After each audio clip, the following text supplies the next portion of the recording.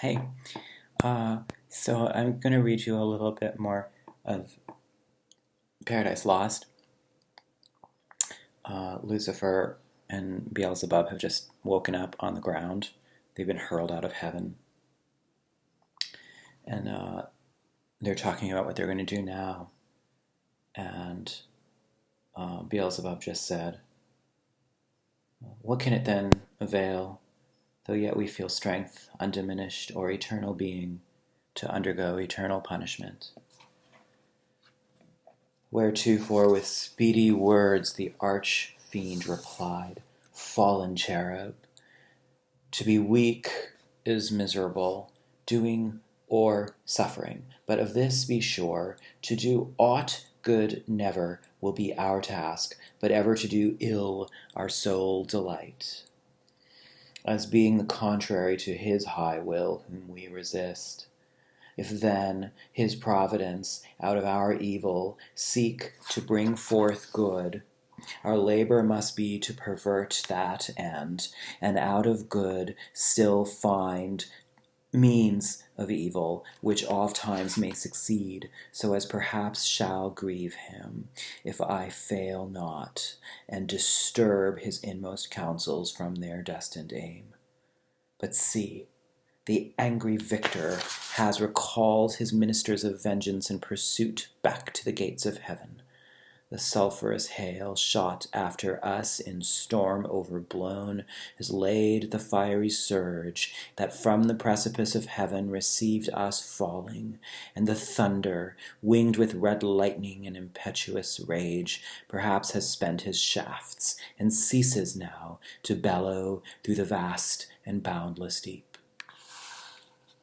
Let us not slip the occasion, whether scorn or satiate fury, yield it from our foe.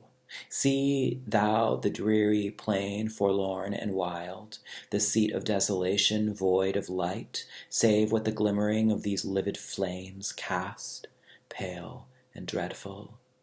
Thither let us tend, from off the tossing of these fiery waves, there rest, if any rest can harbor there, and reassembling our afflicted powers, consult how we may henceforth most offend our enemy, our own loss, how repair, how overcome this dire calamity, what reinforcement we may gain from hope, if not, what resolution from despair." Thus Satan, talking to his nearest mate, with head uplift above the wave, and eyes that sparkling blazed, his other parts besides, prone on the flood, extended long and large, lay floating many a rood in bulk as huge as whom the fables name of monstrous size. Titanian, or earthborn, that warred on Jove, Briareus, or Typhon, whom the den by ancient Tarsus held, or that sea-beast Leviathan, which God of all his works created hugest, that swim the ocean stream, him, haply slumbering on the Norway foam, the pilot of some small night-foundered skiff, deeming some island, oft as seamen tell, with fixed anchor in his scaly rind, moors by his side under the lee, while night invests the sea and wished morn delays. So stretched out, huge in length, the arch-fiend lay, chained on the burning lake, nor ever thence had risen or heaved his head, but that the will and high permission of all-ruling heaven left him at large to his own dark designs, that with reiterated crimes